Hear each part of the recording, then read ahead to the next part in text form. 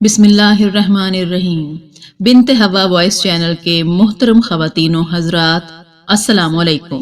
لاکھوں کروڑوں درود و سلام سرور کائنات، رحمت دو عالم، نبی آخر الزماں حضرت محمد صلی اللہ علیہ وآلہ وسلم پر اور ان کی آل پر۔ محترم ناظرین کرام، آج جو واقعہ پیش کرنے جا رہی ہوں، یہ واقعہ حضرت سید غوث علی شاہ رحمۃ اللہ علیہ کا ہے۔ ایک دفعہ کا ذکر ہے کہ حضرت غوث علی شاہ نے ایک چمار کے لڑکے سے پوچھا کہ تم روزانہ کہاں جاتے ہو اور سارا دن کیا کرتے ہو؟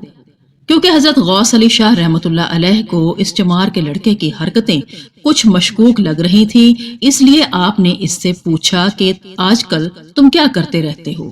تو اس لڑکے نے جواب دیا کہ میں جہاں بھی جاتا ہوں یا جو کچھ بھی کرتا ہوں، ایک دن اس کے متعلق ہر کسی کو معلوم ہو جائے گا۔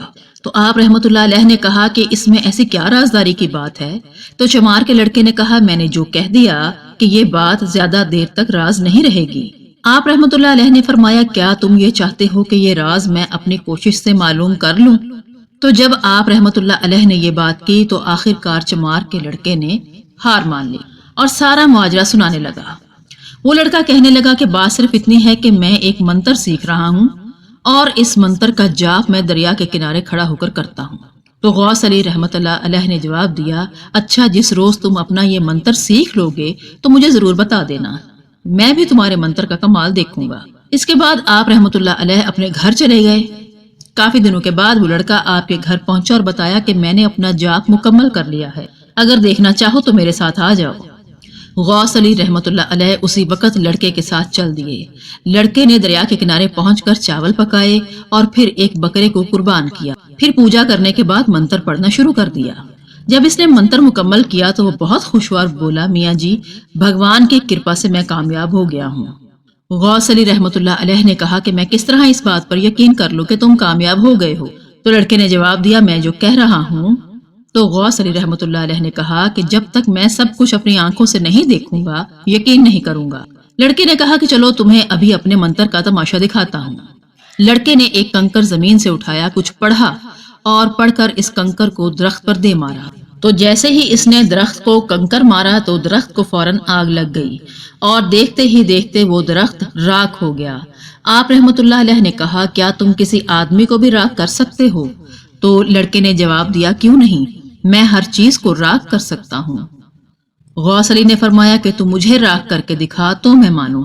لڑکے نے گھبرا کر کہا، اگر میں نے آپ کو جلا دیا تو آپ کے گھر والوں کو کیا جواب دوں گا؟ آپ رحمت اللہ علیہ نے سینہ تان لیا اور کہا، تم اپنا کمال تو دکھاؤ، ویسے بھی میں تو راکھ ہو جاؤں گا اور کسی کو پتہ بھی نہیں چلے گا۔